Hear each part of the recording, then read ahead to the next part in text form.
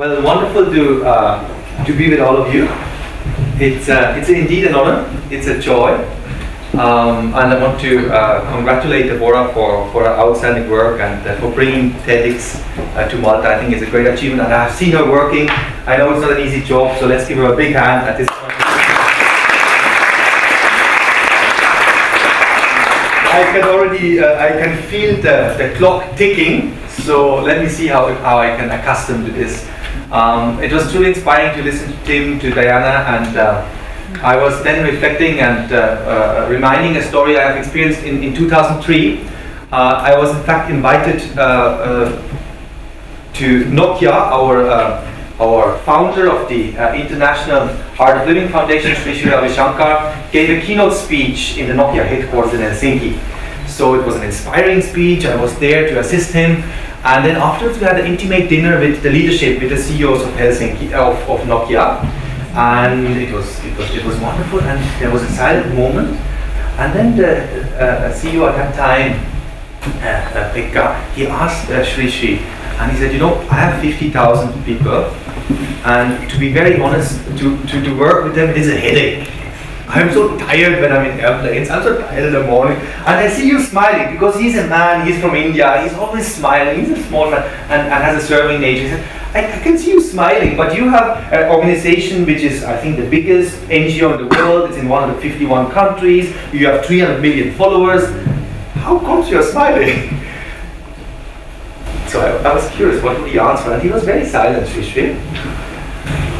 And he said, I think it is because I do not control people. I just inspire them. And I could feel that this was resonating with him. Yet, I didn't really quite get it. And ever since, I can see that, yes, it is true. He does it. He leads by example and he inspires.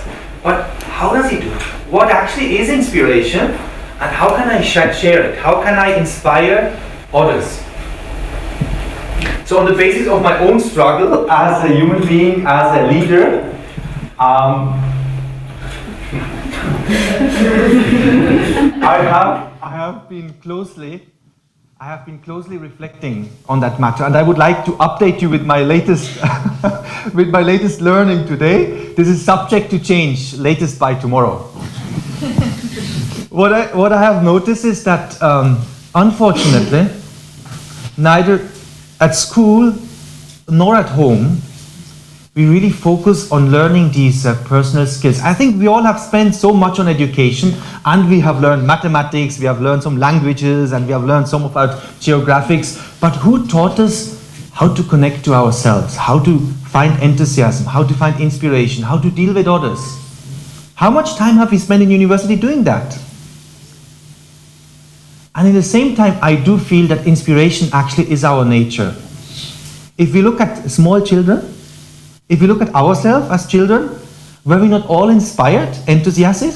If a child looks at us, there is a presence, isn't it? And we have been innovative. Was it a problem for us to be innovative as children?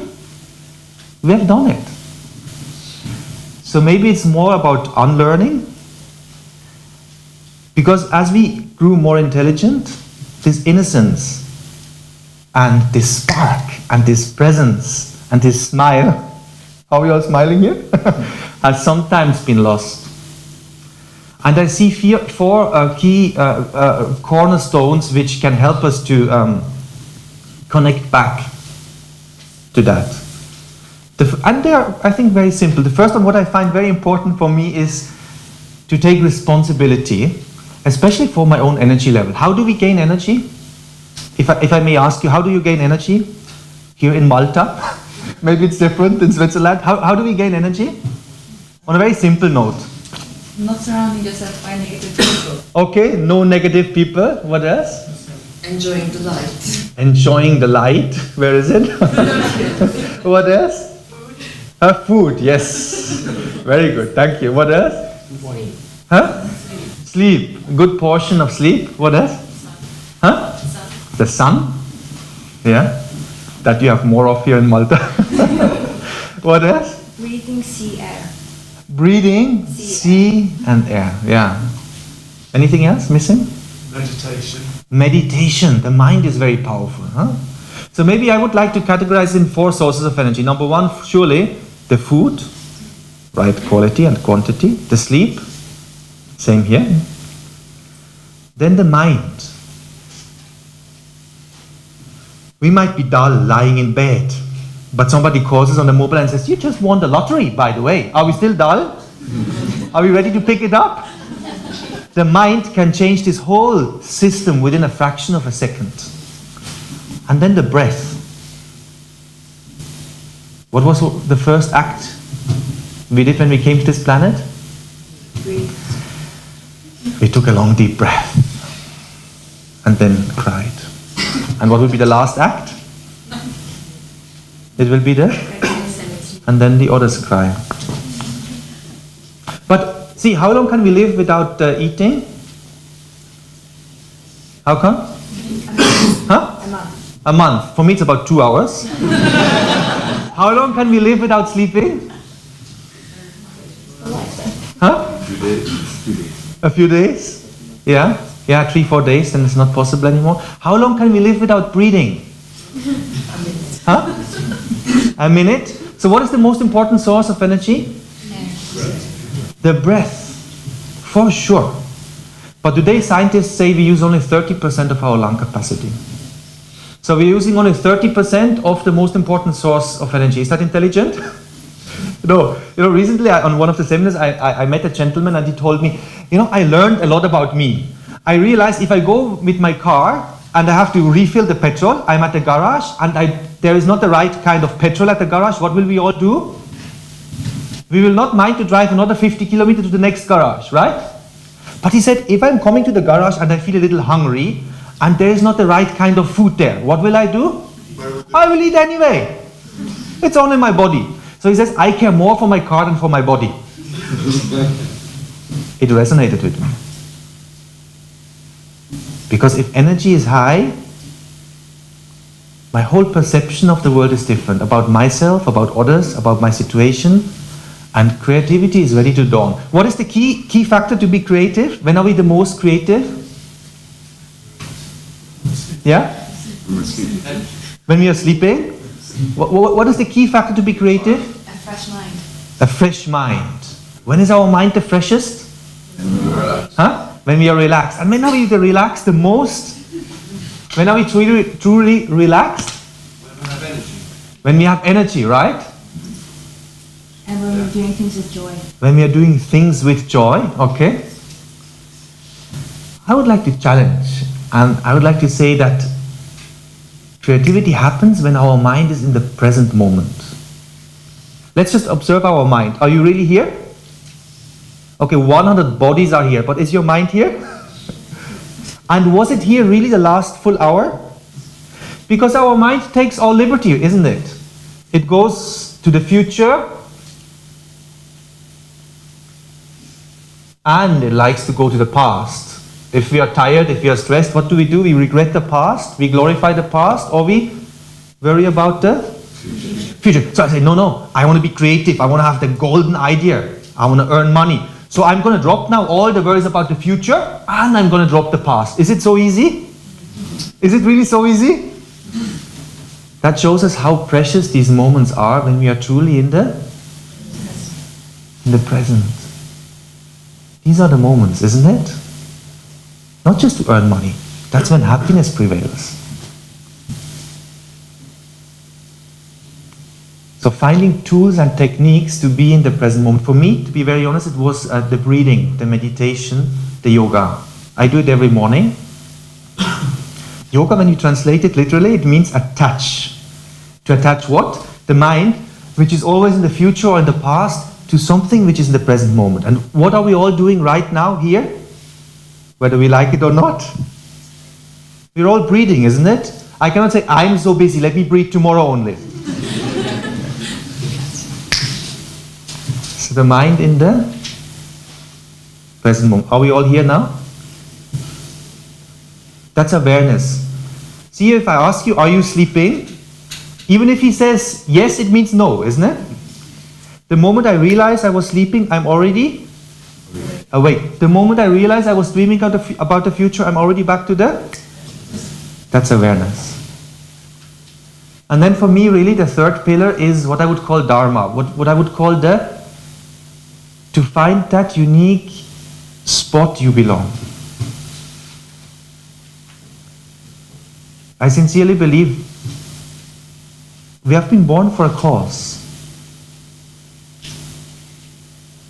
And there is a spot. If we are on that spot, if we are on that place, we can contribute something which nobody else on this planet can and is supposed to.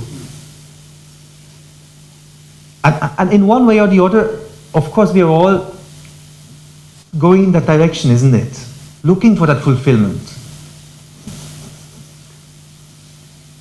Finding it is a gift, it's also a grace. It's a struggle also. So Deborah was mentioning about my career path. How much more I have? 5 minutes? 8 minutes. 8 minutes. She was mentioning about my career path. When I was 14, my father told me that my father was the owner of the biggest private school chain in Switzerland. So he told me, he will take over that. And as a 14-year-old, I just said, I don't want to. And I really couldn't imagine to do so. Because I associated that with something which is not me. And all I knew, like Diana was talking about the job description, my job description was very simple. I wanted to do something which doesn't feel like working. I wanted to do something which feels like playing. So time passed, and I did so many things. I was a banker with Credit Suisse, I studied psychology, I was a journalist, and mostly for me everything was difficult, really. For me everything was a struggle, everything was difficult, and I didn't feel successful at all. Because I didn't find that spot. But it was such a blessing to me that somehow at the age of 25, 26, I started to, I learned about meditation yoga. I started to teach that. I started to teach leadership classes. And I remember my first ever leadership class for a corporation was in Saudi Arabia. It was the Samba Financial Group, the City Group at that time. It was a different kind of setting altogether. And I was very nervous. I was the youngest in the room. That's about 9 years ago. And I felt charged from everywhere. But when I started to teach, there was something in me, and that I simply felt I was born to do that. And everything felt simple. Really, there was no effort. There was no effort whatsoever. And it was such a great, for the first time in my life, I felt something was easy. It was just easy. And it was in the first break when the CEO came to me and he said, what are your free moments? What is your schedule? I want to book all your free weeks in the future. He booked me for several months. I taught the whole city group. Nobody wanted to leave. So finding the right spot. For me, it has a lot to do with letting go.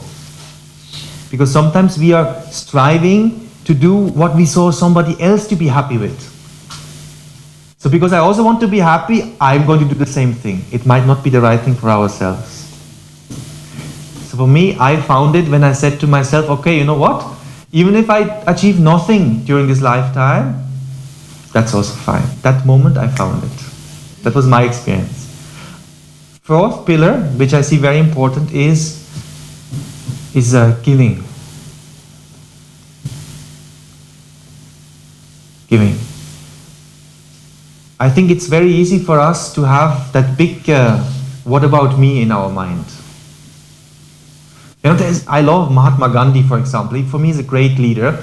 And Sri Sri Ravi Shankar used to be my teacher. He used to spend most of his time when he was young with the teacher of Mahatma Gandhi. So this teacher of Mahatma Gandhi told a story. He said that he was with the Mahatma Gandhi, with the big Mahatma Gandhi, in a train.